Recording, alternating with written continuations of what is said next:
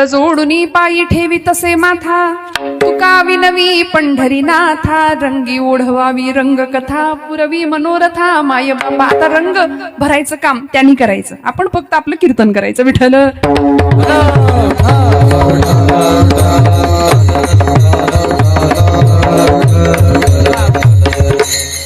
अतिशय बिभास सुंदर पद्धतीने झाला मधली चाल.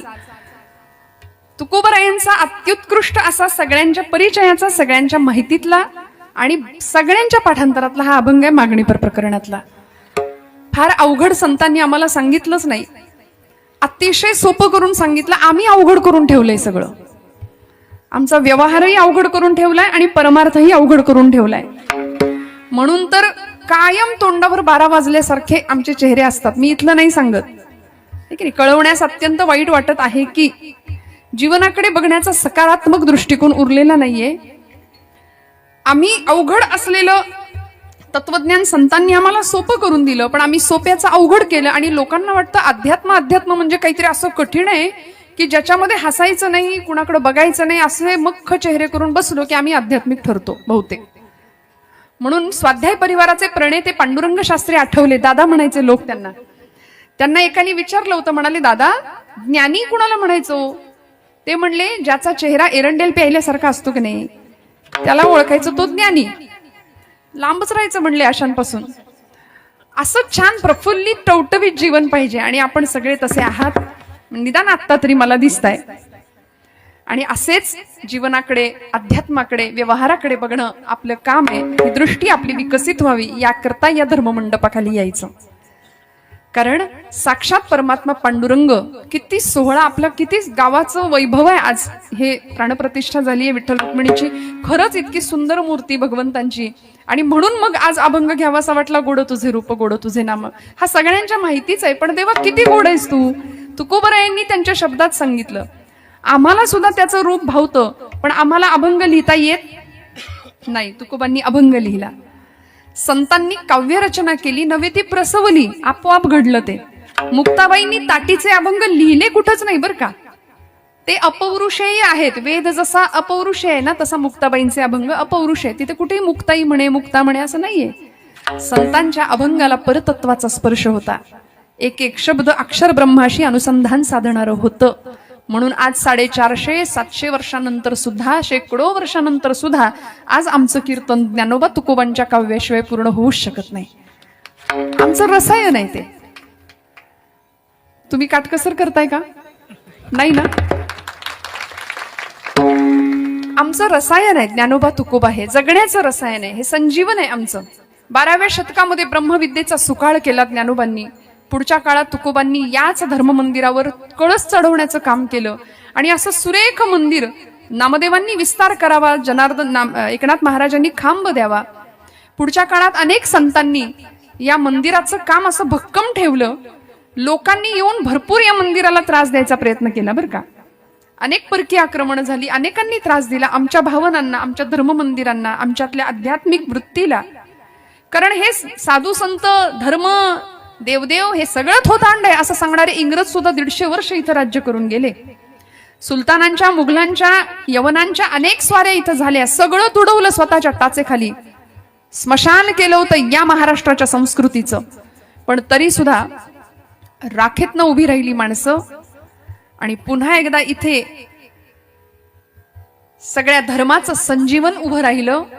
सकल संतांच्या वाङ्मयावर ही पृथ्वी तरली असं मी म्हणते. पृथ्वी शेषाच्या मस्तकावर जरी तरली असली तरी संतांच्या वाङ्मयावर आम्ही जिवंत आहोत आज. कारण संस्कारांचं, शुद्धतेचं सिंचन करण्याचं काम संत वाङ्मयांनी केलंय. आणि म्हणून या वडाळी भुईसारख्या गावामध्ये चालू असलेला हा उत्सव, संत विचारांचं सिंचन इथं प्रत्येक कीर्तनकार येऊन करतायत.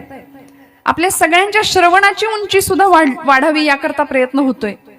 काय ऐकायचं, कसं ऐकायचं याचाही आचार आता कीर्तनकारांपेक्षा श्रोत्यांनी जास्त ठरवायचा आहे. कारण 1.5-2 तासाच्या कीर्तनामध्ये कीर्तनकारासह श्रोत्याची ही जबाबदारी आहे की आपला आध्यात्मिक विकास झाला पाहिजे, आपल्या हृदयामध्ये पांडुरंग प्रतिष्ठित झाला पाहिजे, तर आपल्याला कीर्तनाचं फळ मिळेल. हे कीर्तनाचं फलित आहे बरं का.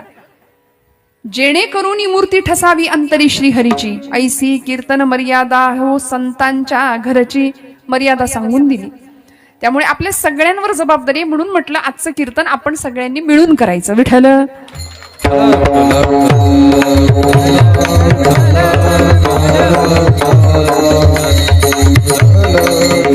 अभंग जगद्गुरु तुकोबरायांचा आहे, आपण जाणता. ज्यांनी भागवत धर्म मंदिराचा कळस चढवला आणि अभंग असं तत्वज्ञान आम्हाला दिलं.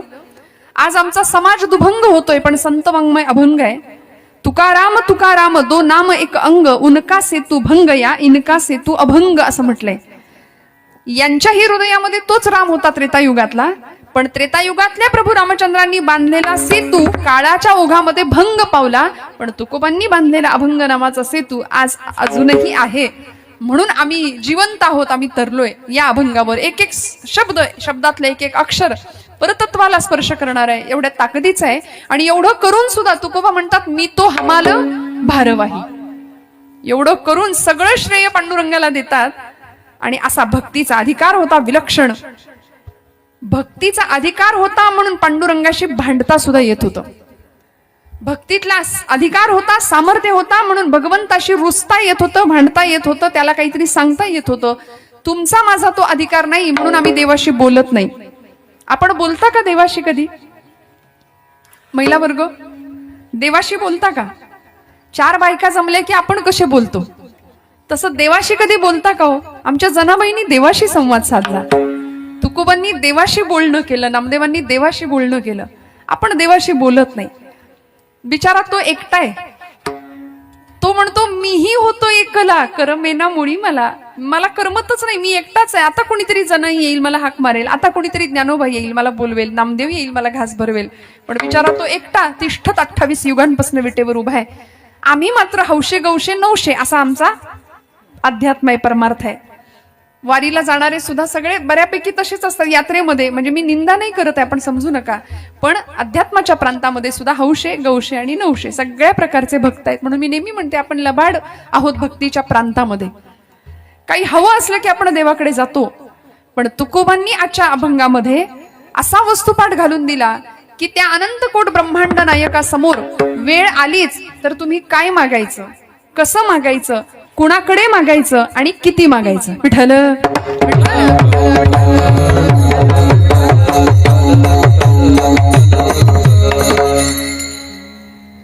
किती मागायचं, काय मागायचं, कुणाकडे मागायचं आणि कसं मागायचं, एवढ्या 4 प्रश्नांची उत्तर झाली की आपलं कीर्तन संपलं. तुकोबांनी मागितलं परमात्मा पांडुरंगाकडे. मागायची वेळ का आली हो? वेळ का आली? संत तर कधी काही मागतच नाही. आपल्यावर वेळ आली मागायची तर आपली यादी तयार आहे. इतकं मागू, मी तर विधानसभेचं लोकसभेचं तिकीटच मागीन.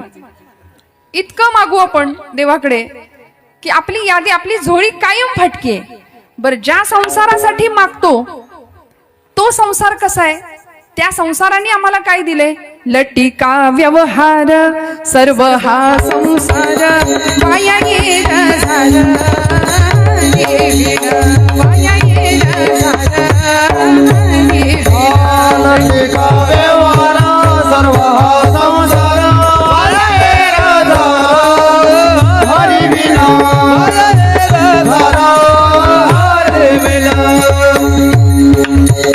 एका जनार्दनी हा संसार खोटा, हरिभक्ती करा तेणे रोहे तोटा, हरिभक्ती करा तेणे रोहे तोटा, हरिभक्ती करा तेणे रोहे तोटा.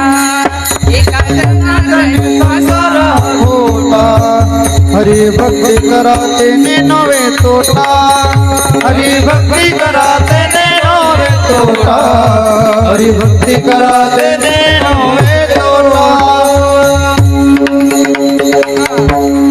खोट्या असलेल्या संसाराकरता भगवंताकडून हे मागणं आम्ही मागत राहतो.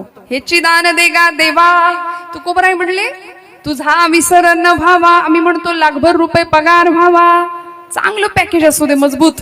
आयटीतली माणसं, आयटीतच असतो की नाही आपण, जमल्यास इन्कम टॅक्स बुडवता यावा.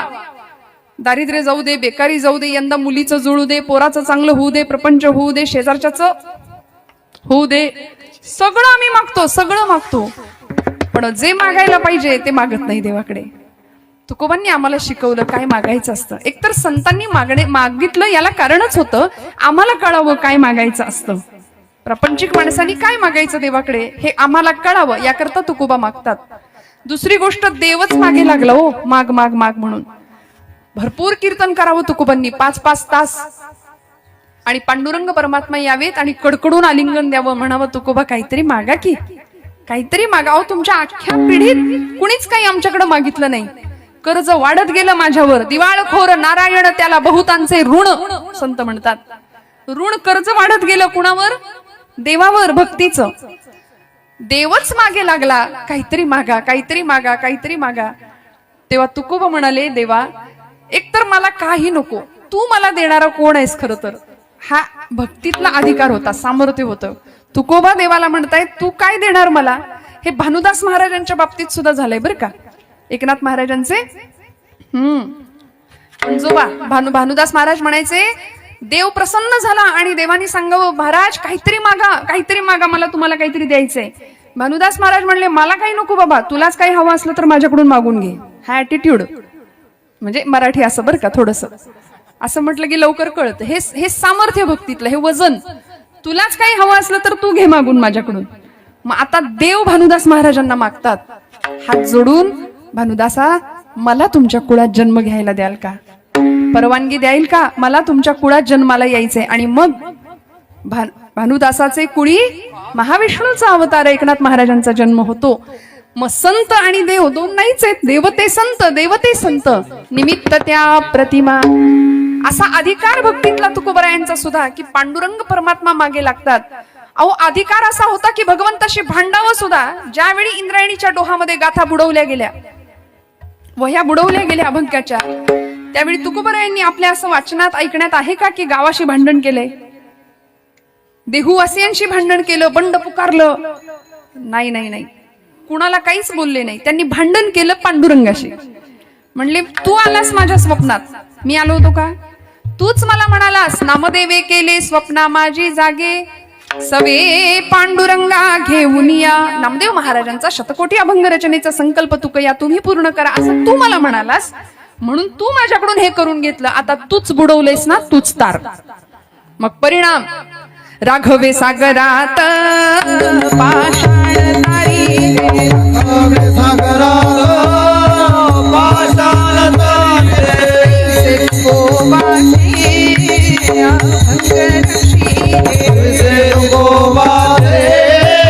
अभंग रक्षिले, आरती तुकाराम स्वामी सद्गुरुराम, आरती तुकाराम स्वामी सद्गुरुराम,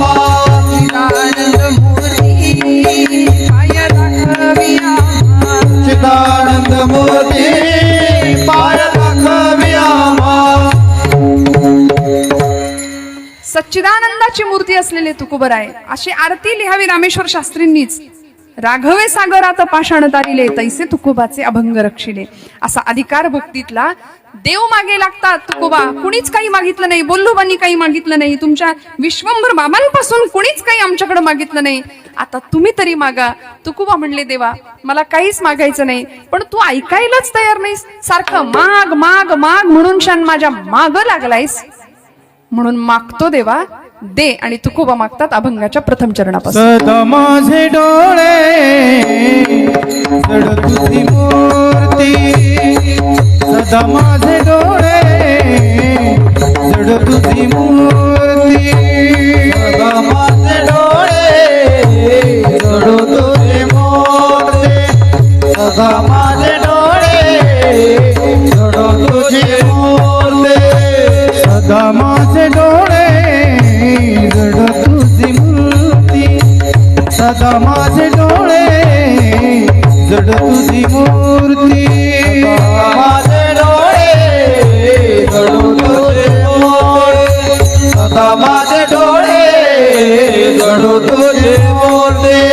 रखुमाईच्या पती सोयरिया, रखुमाईच्या पती सोयरिया, गोड तुझे रूपा गोड तुझे नाम, गोड तुझे रूपा गोड तुझे नाम, रखुमाईयावती सोय रे रखुमाईयावती सोय रे गोड तुझे रूपा गोड तुझे नाम गोड तुझे रूपा गोड तुझे नाम सदा माझे डोळे जडू तुझी मूर्ती रखुमाईचा पती सोयरिया रखुमाईचा पती सोयरिया सदा माझे डोळे जडू तुझी मूर्ती रखुमाईचा पती सोयरिया रखुमाईचा पती सोयरिया क्या बात. जोरदार टाळ्या वाजवा. सदा माझे डोळे चढो तुझी मूर्ती रखुमाईचे पती सोयरिया. तुकोबरांनी मागणं मागितलं भगवंताकडे, हे पांडुरंगा हे विठ्ठला, असं काही म्हणालेत का या अभंगात? काय म्हणालेत? रखुमाईच्या पती. तसा वशिला लावला बघा. आधी म्हणले त्यांचं नाव घेऊया गृहमंत्र्यांचं, आणि मग एकदा त्यांच्या मार्गे आपण गेलो की आपलं काम 100% होणार आहे. कारण कितीही कोणीही व्यवहारात कितीही मोठे असा घरामध्ये तुम्हाला ऐकून घ्यावं बघा, हळूच म्हणतायत, लागतच. येतोय आवाज कानावर, मला हळूच येतोय, पण लागतच. बरोबर ना? ऐकावं लागतच. तुम्हाला काही कळत नाही, हे वाक्य तुम्हाला ऐकावंच लागतं. सगळीकडे आवाज या वर्गाचा जास्त आहे. मी म्हणते एसटीत सुद्धा आपणच आहोत सध्या, सगळीकडे आपणच आहे. तुकोबा म्हणाले मला पांडुरंग परमात्मा देईल यात शंका नाही, पण मी या बाजूनी गेलो आणि आईच्या थोडासा आधाराने गेलो तर मला अजून काहीतरी जास्त मिळेल. अध्यात्मातलं खरं धन, परमार्थाचं खरं धन जे मला हवंय ते पांडुरंग परमात्मा दिल्याशिवाय राहणार नाही. तुकोबांनी भगवंताला रखुमाईच्या पती सोयरिया असं म्हणून साक्षात आदिशक्ती जगदंबेचाही गौरव केला आणि त्या परब्रह्मालाही वंदन केलंय. आपल्याकडे शिवशक्ती, लक्ष्मी आणि विष्णू, पांडुरंग परमात्मा आणि रुक्माई माता म्हणजे शिवशक्तीचं हे प्रतीक आहे, हे मिलन आहे. भगवंत आणि त्यांची ती शक्ती एकटे होते भगवंत, त्यांना अनेक व्हावंसं वाटलं. वेदवचन आहे एकोहम बहुश्याम, म्हणून देव अनेक होण्याकरता ब्रह्म एकटं निर्विकार आहे, त्याला आकार नाही, तो अजन्म आहे. अनाम असलेलं ब्रह्म एकटं होतं. त्यांनी विचार केला की मला अनेक व्हायचंय, मग आधार घेतला आपल्या मायेचा, लक्ष्मीचा, आदिशक्तीचा, आणि म्हणून मग या सृष्टीची निर्मिती झाली. ब्रह्म आणि मायेचं मिलन झालं, पुरुष प्रकृतीच्या मिलनाने सृष्टी निर्मिती झाली. म्हणून आपण ब्रह्म आणि मायेच्या गुणाकारातनं भगवंतांनी सृष्टी निर्माण केली. भागवतामध्ये सांगितलंय मनु हा आपला पहिला पूर्वज आहे. कोण आहे? मनु हा आपला पहिला पूर्वज आहे. मग ती सगळी वंशावळ भागवतामध्ये आपण नेहमी ऐकतो बऱ्याचदा. कधी जास्त कुणाला अभ्यासाची इच्छा असेल, आवड असेल तर नक्की ते वाचून काढून बघा कधीतरी, की आपला पूर्वज मनु आहे. डार्विनचा उत्क्रांतीवादाचा सिद्धांत इंग्रजी शिक्षणामुळे आमच्या पोरांना शिकवतो. आपली उत्क्रांती कुणापासून झाली? मनुष्याची उत्क्रांती कुणापासून झाली? माकडापासून झाली. मी ठामपणे सांगते, ज्यांनी कोणी सांगितले त्यांची उत्क्रांती झाली असेल त्यांच्यापासून, आपली नाही. 5000 वर्षापूर्वींचा इतिहास, हजारो वर्षापूर्वींचा इतिहास आपला. एकटं ब्रह्म होतं, मायेचा आधार घेतला. मनु हा आपला पहिला पूर्वज आणि तिथून आपली मानव, मनुपासून झाला म्हणून मानव, म्हणून आपण सगळे मानव आहोत. पण कधी कधी वागतो दानवासारखे. देवाने इतकं दिलंय तरी सुद्धा आमच्याकडे समाधान नावाची श्रीमंती नाही. तुकोबा आम्हाला शिकवतात काय मागायचं. काय मागितलं? व्यवहारातलं काही मागितलं? देवा दारिद्र्य जाऊ दे. किती होतं दारिद्र्य तुकोबांच्या घरी? म्हणायचे आम्ही सदैव सुडके जवळी येता चोर ही धाक. चोर सुद्धा 10 वेळा विचार करेल आमच्या घरात येताना, जाऊ की नको. आपलीच बुद्धी फिरायची, दया यायची, आपल्या जवळच काही ठेवायची इच्छा व्हायची, त्यापेक्षा नकोच याच्याकडे जायला. बरे झाले देवा निघाले दिवाळे, बरी या दुष्काळे पीडा केली. बरे झाले देवा बाईल कर्कशा, आवलीला म्हणायचे. बरी ही दुर्दशा जनामध्ये बरं झालं. आणि वेदना आम्हाला भगवंताच्या जास्त जवळ नेते. मी वाक्य परत बोलते. प्रपंच उत्तम असेल, सुखाचा असेल, संसार सुखाचा असेल तर देव नाही आठवत. संसार तापाचे चटके जर सहन करायला मिळाले तरच देव आठवतो. आम्हाला आमच्या आयुष्यातली वेदना देवाकडे घेऊन जाते, म्हणून दुःख मागावं देवाला. कुंती आत्यांनी मागितलं तसं. दुःख मागितलं, दुःखाचे डोंगर म्हणाली कोसळू देत. कारण आम्ही माणसं अशी आहोत की आम्हाला सुखात तू आठवत नाही, आम्हाला दुःख आलं की तू आठवतोस. खरं तर इतकं दिलं भगवंतांनी, पण आम्ही असमाधानी आहोत.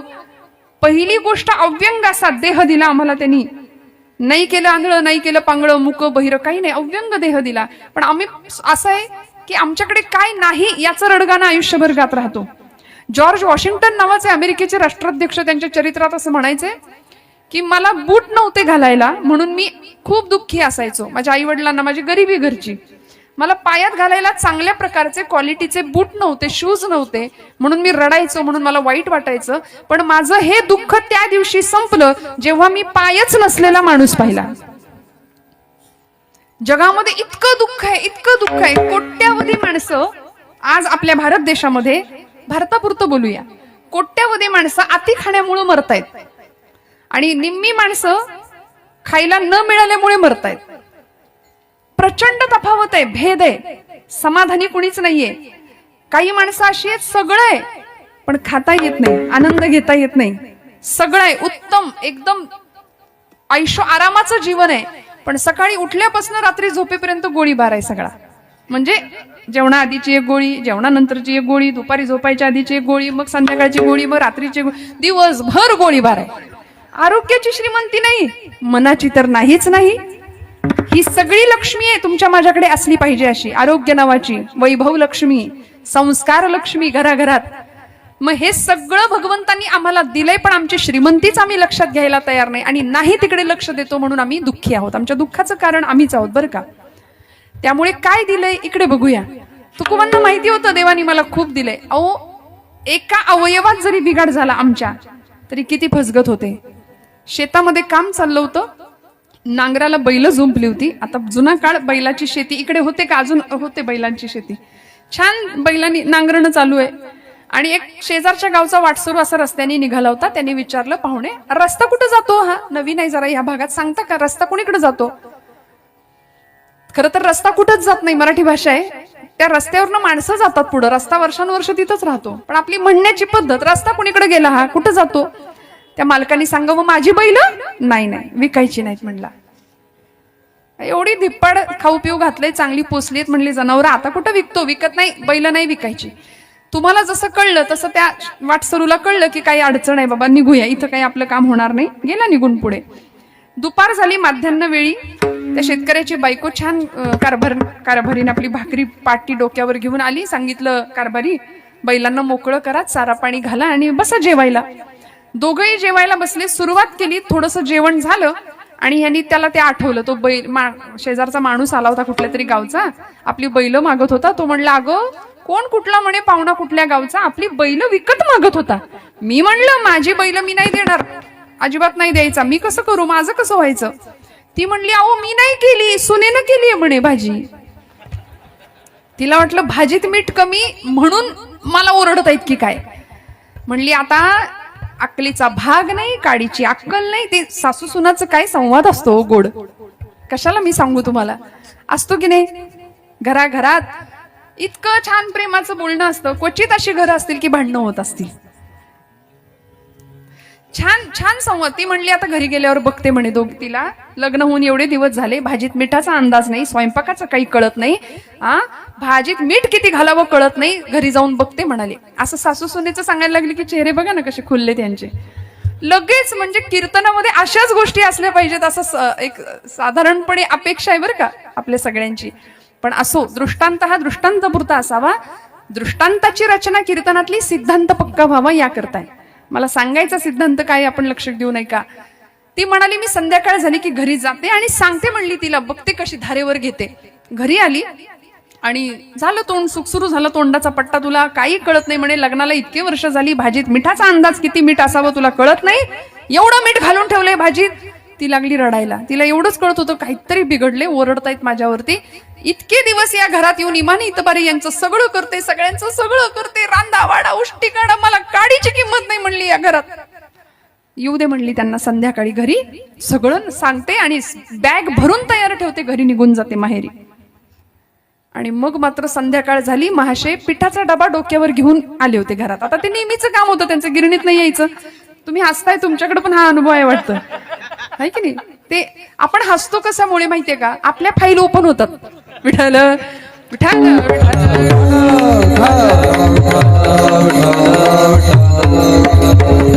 आणि ते गिरणीतनच आले. उंबऱ्यात पाय ठेवल्याबरोबर हिचा पट्टा सुरू झाला. या घरात मला काडीची किंमत नाही म्हणली, बॅग भरली, मी निघाले.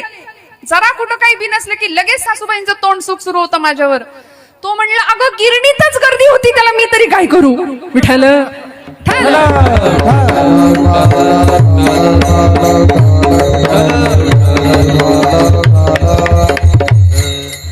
आता विनोद बाजूला ठेवूया. मला सांगायचंय, एक अवयव बिघडला, थोडस त्याच्यामध्ये काही कमजोरी निर्माण झाली तर किती फसगत होते. आणि जर परमेश्वराने एवढा सगळा देह, एकाही रुपयाचा हिशोब न मागता अव्यंग असा देह आम्हाला दिलाय, देवे दिला देह कशा करता? भजना गोमटा. मग आता सावध होऊया ना. नाही जमलं 20व्या वर्षी, नाही जमलं 40व्या वर्षी, नाही जमलं 60व्या वर्षी, आता 70 ओलांडली. आता तरी एक आजोबा इतके डोक्याला हात लावून बसले होते. सगळं कमावलं होतं. 7 पिढ्या बसून खातील बाबा, एवढं कमावलं होतं, तरी सुद्धा चिंता होती. म्हटलं काय झालंय? म्हणे अगं 8वी पिढी काय खाईल याची चिंता लागली. किती आम्ही विचार करतो प्रपंचाचा. इतकं गुंडाळून ठेवलं प्रपंचाने आम्हाला, या मायेनी बद्ध करून ठेवलं. याच्या पलीकडे जावं आणि तुकोबांसारखं दिव्य मागणं मागावं. देवा तुला द्यायचंच आहे ना, तर या नश्वर संसारातलं मला काही देऊ नको. सदा माझे डोळे, आता तू बसलायस की नाही, प्राणप्रतिष्ठा झालीये, तू आलायस, आता माझ्या डोळ्यांना तुझं दर्शन घडू द्या. आणि दर्शन शास्त्राचा असा नियम आहे की भगवंताची दर्शन घेत असतानाची पद्धत, पुरुष मूर्ती असेल, पुरुष देवताचं दर्शन घेताना पायाकडून दर्शन घ्यावं, भगवंतांच्या पायाचं आधी दर्शन घ्यावं. पण झालंय काय माहितीये का? सगुणाची पूजा आम्हाला संतांनी दिली. तुकोबाराय आम्हाला सगुण पूजा सांगतात या अभंगात की देवा मला तुझं दर्शन डोळ्यांनी घडू दे. डोळ्यांना काय होऊ दे? सदा माझे डोळे जडो तुझी मूर्ती. सदा हा शब्द वापरला, सतत, अविरत, अखंड, कायम तूच डोळ्यासमोर पाहिजे. आता दृष्टी पुढे ऐसाची तू राही, आता ऐसाची तू राही, आता दृष्टी पुढे ऐसाचे तू राही, आता दृष्टी पुढे ऐसाचे तू राही, ऐसाची तू राही, आता दृष्टी पुढे ऐसाची तू राही, ऐसाचे तू राही, आता दृष्टी पुढे ऐसाचे तू राही.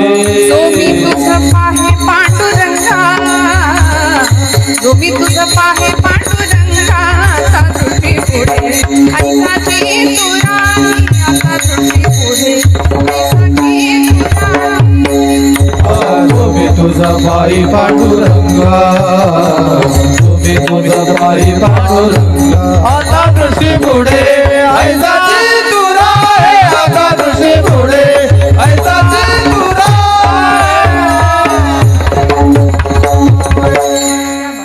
भगवंताच्या सगुण मूर्तीचा विग्रह समोर असेल ना तर त्याच्याकडे बघावं.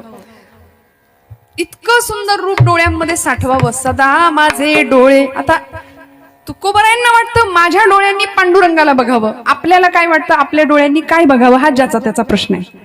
पण अध्यात्माच्या मार्गावरती काय बघावं डोळ्यांनी? डोळे तुम्ही घ्या रे सुख, पहा विठोबाचे मुख, घेई घेई माझे वाचे, गोड नाम विठोबाचे. प्रत्येक इंद्रियाला काम दिलं तुकोबारायांनी. तुम्ही ऐका कान माझ्या विठोबाचे गुण, आणि मना तेथे धाव घेई राही विठ्ठलाचे पायी. असं सुंदर अध्यात्म सोपं करून शिकवलं की नाही. डोळ्यांनी काय करायचं? विठ्ठलाची मूर्त बघायची. का हो? इतकं सुंदर साजरं रूप आहे ना भगवंतांचं की ते डोळ्यात साठत नाही, मन भरत नाही. म्हणून तर वारी करणाऱ्याला विचारा, एवढे दिवस पायपीट करून करून करून कधी कधी मुखदर्शन सुद्धा नीट होत नाही, आणि ते झालं तर कशा अष्टसात्विक धारा डोळ्यातनं वाहायला सुरुवात होतात. हे इथे बसून इथे बोलून नाही कळणार, तो अनुभव घ्यावा लागेल आणि मग कळेल काय आनंद होतो भगवंतांची मूर्त डोळ्यामध्ये पाहिली तरी. त्यामुळे तुकोबा म्हणतात की माझ्या डोळ्यांना सतत तुझी मूर्त भगवंता घडू दे. का? त्या मूर्तीचं दर्शन घडू दे. सगुण पूजा करत असताना आम्ही माणसं सगुणाची आराधना करत असताना त्या सगुणाच्या पूजेचे काही नियम आहेत, शास्त्र आहेत, विधी आहेत. पण आज आमच्या समाजाने करून ठेवलंय देवाच्या मूर्तीचं बाहुलं. बर का? मूर्तीची प्राणप्रतिष्ठा झाल्यानंतर काही नियम आहेत, काही शास्त्र आहेत, काही विधी आहेत, त्यानुसार पूजा आणि त्यानुसार संस्कार सगळे व्हावेत ही अपेक्षा आहे संतांची, आपल्या धर्मशास्त्राची. पण बऱ्याचदा काय होतं, नवरात्रीची देवी बसते, आम्ही बायका मंडळी सगळ्या अशा कुंकू तिच्यावर इतकून लांबून वाहतो. आपल्याला चालेल का आपल्यावर असं फेकलं तर? नाही ना, काही शास्त्र आहे. गणपती बाप्पा आला, परवा तर एका कार्यकर्त्याने असा उदबत्त्यांचा जोडगा घेतला, ते सोंडेच्या छिद्रातच खुपसून ठेवला होता. कानात फुलं घालतील, काही करतील, काही. पूजेतलं तथ्य आणि शास्त्र मंत्र नाही माहिती, कारण आमची श्रद्धा कमी आहे. म्हणून आमच्या नाथांनी यावर ओरखडा उमटवला आणि बाहुलं लिहिलं, भारुड लिहिलं बाहुलं नावाचं. का बाहुलं नाव दिलं? कारण म्हणले देवाचं बाहुलच करून टाकलं की हो. बघा ना, लहान मुली किंवा मुलं, एक ठराविक वय असतं त्यांचं बाहुल्यांशी खेळायचं, बरोबर ना? आता नाही खेळत बाहुल्याशी कुणी, आता ते डबडं हातात द्या, मग काही नाही, जगाचं भान नसतं त्यांना, काही कशाचं भान नसतं. वडील बोलत असतात, 20 वर्षाचा पोरगा सोफ्यावर लोळत पडलेला असतो, वडील सांगतात, अरे आई, आपली पिढी एवढी श्रेष्ठ श्रीमंत, खरं तर आपण सगळी माझ्या समोरची मंडळी, की वडीलधारं माणूस घरात आलं की उठून बसायला सांगावं लागत नव्हतं, आपोआप उठून बसलं जातं. ती क्रिया घडत होती, मुली पटकन उठून बसायच्या. आता काही नाही हो, आता राहिलंच नाही काही, असे लोळत पडलेले असतात. वडील सांगतात, बाबा रे, अरे ऐक माझं, ऐक माझं, तो तोंड मोबाईल मधून बाहेर नाही निघत. आणि वडील एकदा सांगतात, अरे ऐक, मी काहीतरी तुला महत्वाचं सांगतोय. मग काय आहे म्हणायचं, कपाळावर 100 आठ्यांचं जाळं आणून, जणू काही सगळ्या जगाचं टेन्शन यालाय. आम्ही कुठे चाललो? त्यामुळे काय सांगत होते मी?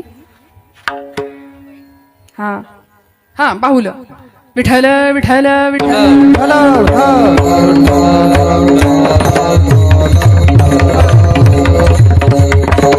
श्रोता असा पाहिजे, श्रोता असा पाहिजे. म्हणजे आपलं विसरलं तरी आपल्याला पटकन जाणीव करून देणारा जागृत श्रोता कीर्तनाकाराला लाभणं फार महत्वाचं आहे. लहान मुलं बाहुल्यांसोबत खेळतात आणि ते वय असतं ठराविक. पूर्वीची मुलं खेळायची 6-7 वर्षापर्यंत, 5 वर्षापर्यंत त्या बाहुल्या. नंतर त्या बाहुलीचं आयुष्य काय, भविष्य काय? तिचा कुठेतरी हात तुटलेला असतो, पाय तुटलेला असतो, डोकं तुटलेलं असतं, ते कुठेतरी भंगारात, कुठेतरी उकिरड्यात पडलेलं असतं ते बाहुली.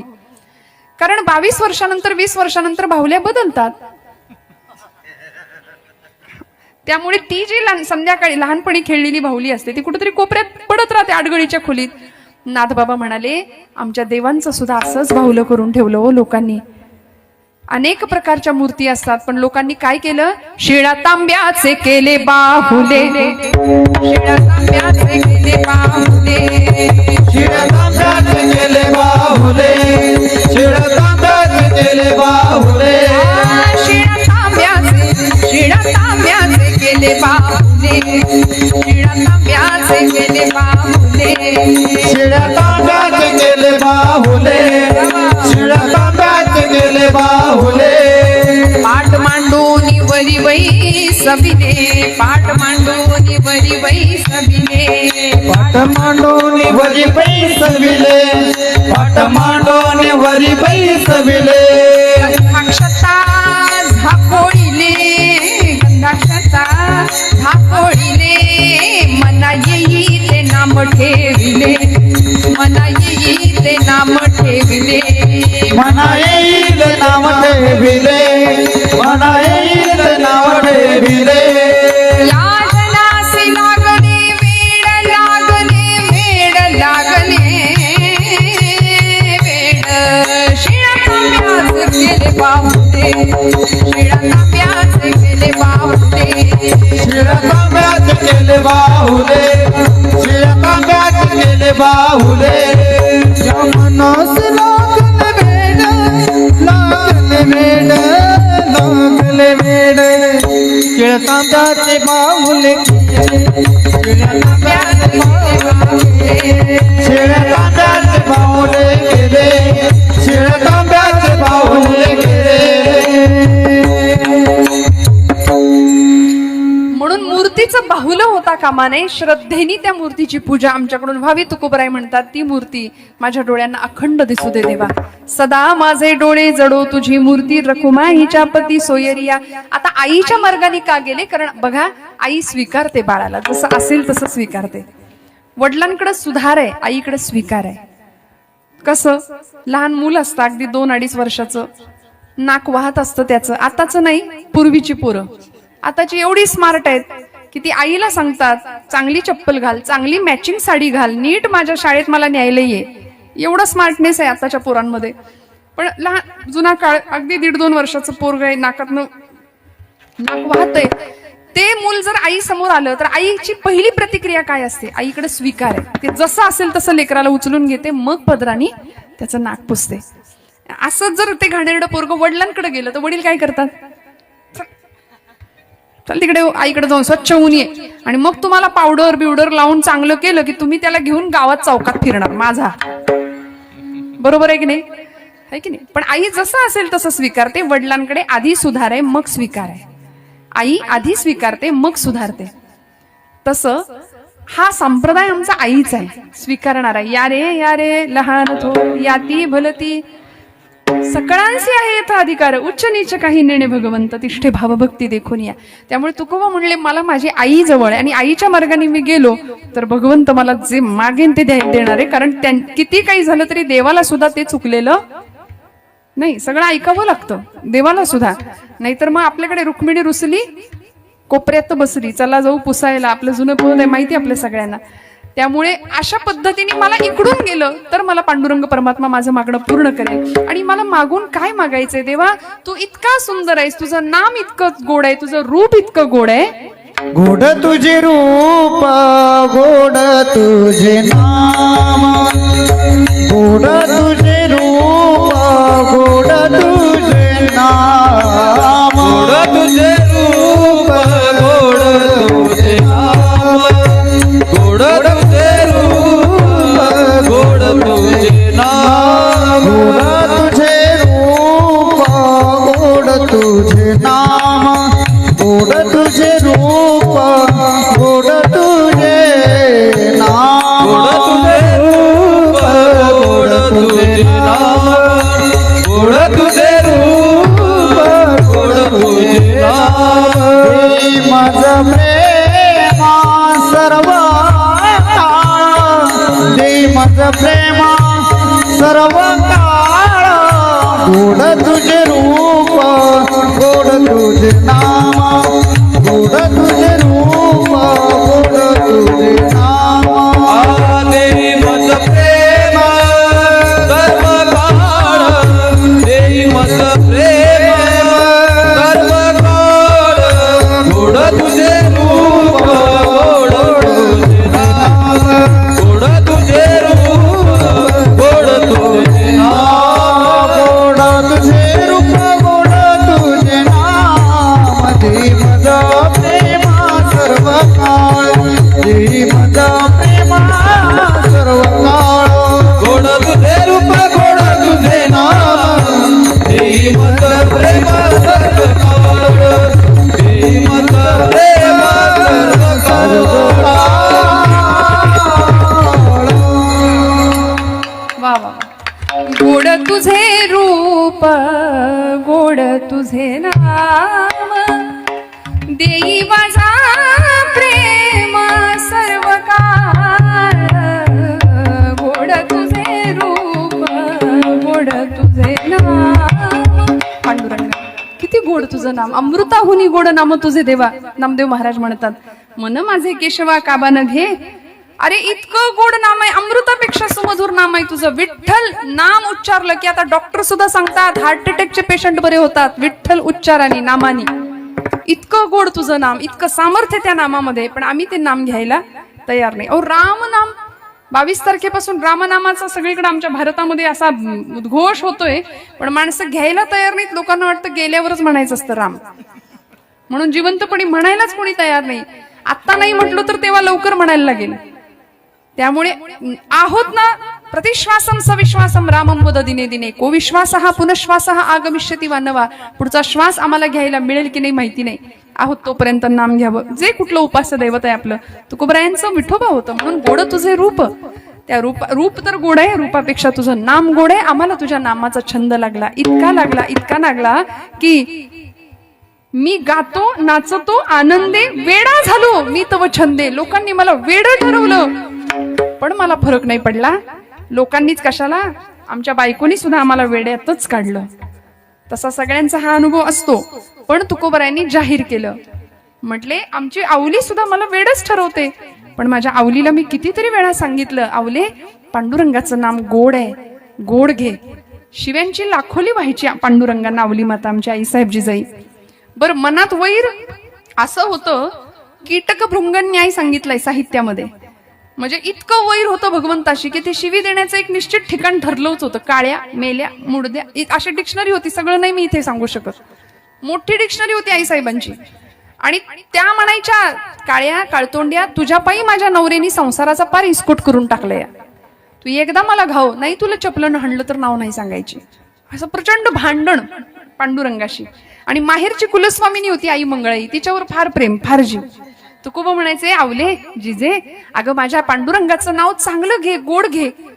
अहो 12 वर्ष सलग पडलेला दुष्काळ, काय करावर त्या माऊलीनी तरी.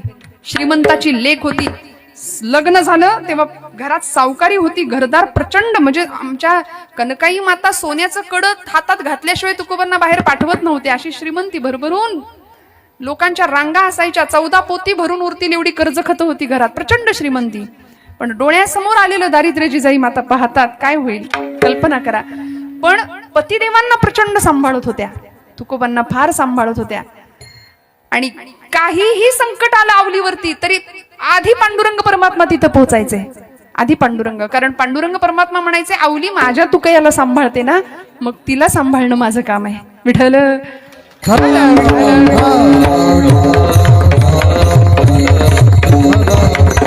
मैपत बाबांनी तुकोबांचं चरित्र लिहिलंय की नाही. त्या चरित्रामध्ये तुकोबा प्रचंड दुष्काळजन्य परिस्थिती, गुरंढोरं मरतायत अन्न पाण्या वाचून. आणि एखादी 80 वर्षाची जख्ख म्हातारी तुकोबांच्या दारात यायची. 10 ठिकाणी लुगडं फाटलेलं आहे तिचं. नेमक्या आमच्या औलामाई मोरीत स्नानाला गेलेल्या असायच्या. लुगड्याच्या निऱ्या करून भिंतीवर ठेवलेलं असायचं. आणि तुकोबा पटकन तीच लुगडं घ्यायचं आणि त्या म्हातारीला द्यायचे. आणि त्या आजीला सांगायचे, आता इतक्या वेगाने जा, कारण तुझ्या मागणं वादळ येणार आहे. इथं थांबूच नको म्हणायच्या, लवकर जा पुढे निघून. आणि औलामाई तक्रार करायच्या. का तक्रार करायच्या हो? महिपत बाबा सांगतात चरित्रामध्ये, औलामाई तक्रार करत होत्या, भांडत होत्या, लुगडं दिलं म्हणून नाही. इथं वर्णन आहे या प्रसंगामध्ये. पांडुरंगानी, परमात्म्यानी आपला पितांबर औलामाईला लाज झाकायला दिला होता. म्हणाले, लुगडं दिलं याचं नाही, पण आबरू झाकू कशानी? पांडुरंग परमात्मा आपला पितांबर देतो जिजा मातोश्रींना. इतकं सांभाळलं, इतकं सांभाळलं. तुकोबा म्हणतात, अगं तो उदारांचा राण आहे, इतकं त्यांनी आपल्याला दिलंय. अवले कशासाठी चिंता करते, ज्यानं चोच दिली ना तो चारा देणारच आहे नव. अगं कशापायी काळजी करतेस. पण तरी सुद्धा 15-15 दिवस तुकोबा जर भामनाथाच्या डोंगरावर किंवा आळंदी पंढरपूरला गेले की हिला चैन नाही पडायचो. आणि पूर्वीची माणसं मनानं गरीब, मनाची श्रीमंती होती, पैशांची गरिबी असली तरी सुद्धा. म्हणजे शेवटचा माणूस घरी येईपर्यंत सगळे थांबायचे की नाही. बघा माता भगिनी, आता या नाही तर बसा. म्हणजे जुन्या माता भगिनींचं नाही मी बोलत आहे, आमच्या पिढीचं बोलते. फार तर आम्ही गिळून आम्ही मोकळे, तुम्ही या नाही तर बसा, अशी परिस्थिती आहे. सगळ्यांनी एकत्र मिळून भोजन करणं, एकत्र जेवणं, यात जो गोडवा होता तो नाहीये. त्यामुळे 15 दिवस चूल पेटली नाही जायची. स्वाभिमानी होते औला मातोश्री. जायच्या शेजारी जोंधळ आणावं, पसाभर छान निवडावं, भरडावं, भाकरी बनवाव्यात, पाठीवरती भाकरी घ्यावी आणि निघावं. चिंतन करावं, कुठे बसले असतील धनी, कुठे बसले असतील धनी. जात असताना भामनाथाच्या त्या भामचंद्राच्या डोंगराच्या दिशेने डोंगर वाट लागावी.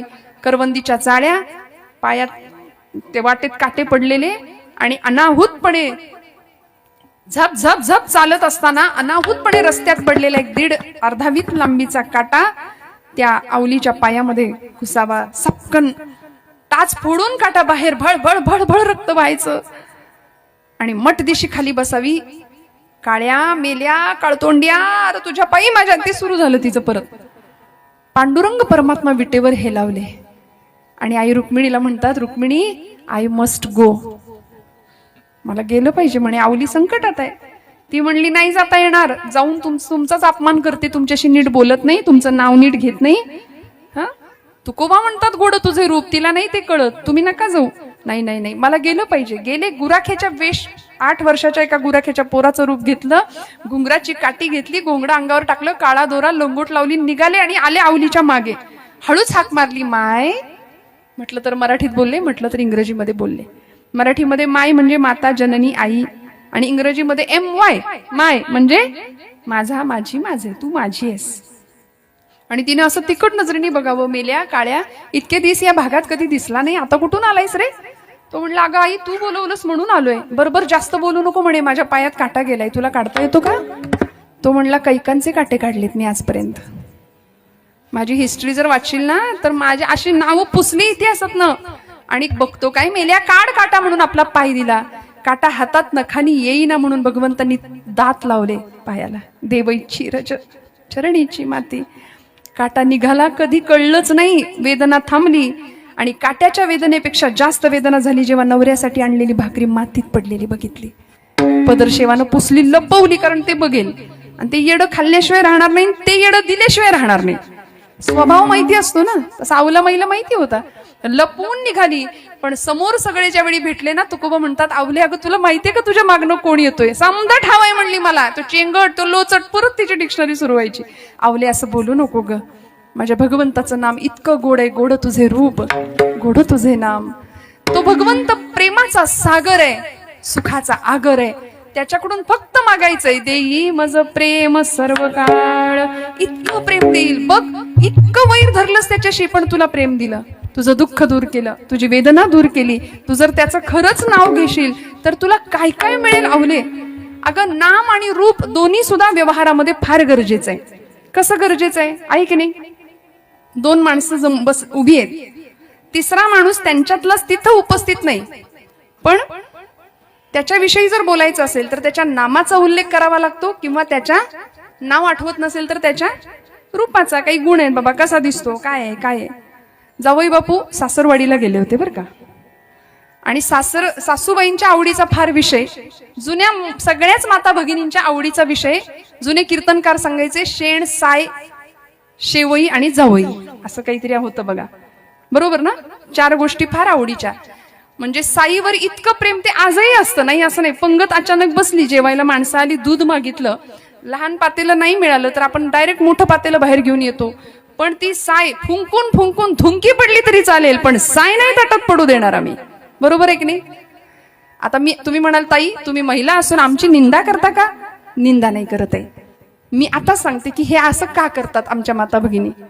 ती साय काही स्वतःला खायची असते नाही, ती साई जमवून जमवून तिला छान विरजण लावून तिचं दही म्हणतं मस्त साईचं, त्याच्यानंतर छान त्याचं ताक करायचं मस्त लोण्याचा असा खमखमीत मस्त खमंग गोळा, आणि मग त्याचं इतकं खमंग तूप तयार होतं. आणि ते तूप स्वतः खातो का आपण.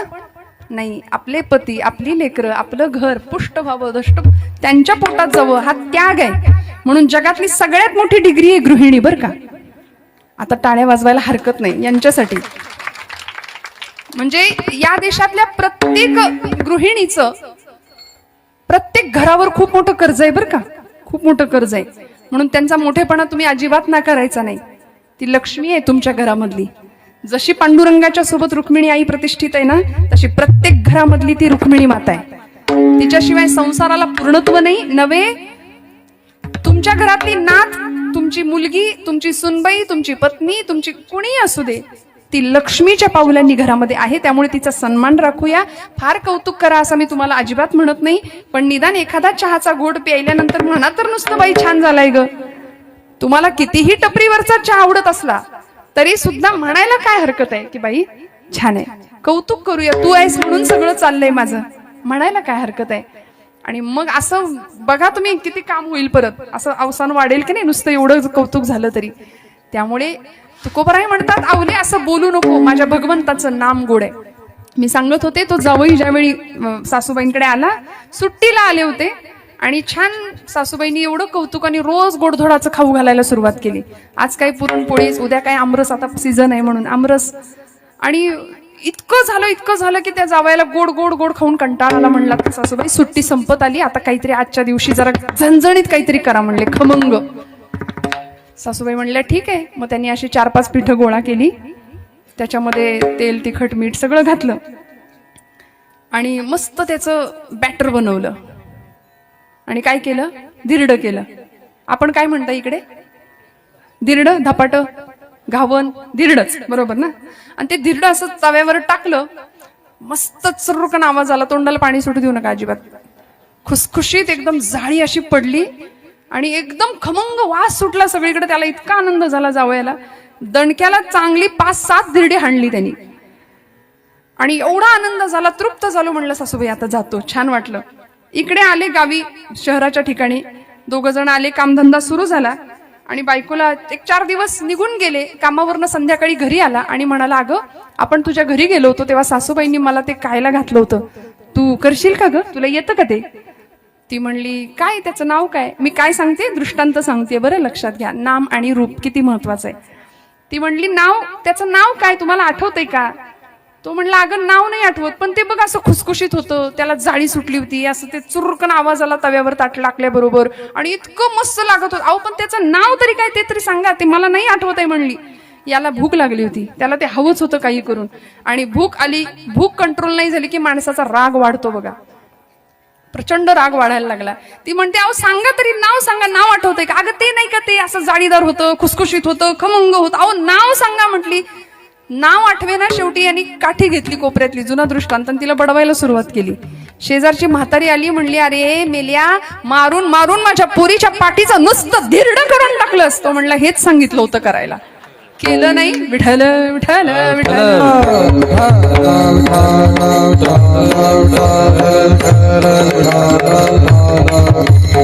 आणि म्हणून ही वेळ आली म्हणाले. त्यामुळे व्यवहारात जसं नाम आणि रूप दोन्ही गरजेचं आहे, तसं अध्यात्मामध्ये गोड तुझे रूप, गोड तुझे नाम, देई मज प्रेम सर्व काळ. किती प्रेमळ आहे, किती गोड रूप आहे. चंद्राहुनी शीतल, रविहुनी सोज्वळ, चंद्राहुनी शीतल, रविहुनी सोज्वळ, चंद्राहुनी शीतल, रविहुनी सोज्वळ, चंद्राहुनी शीतल, रविहुनी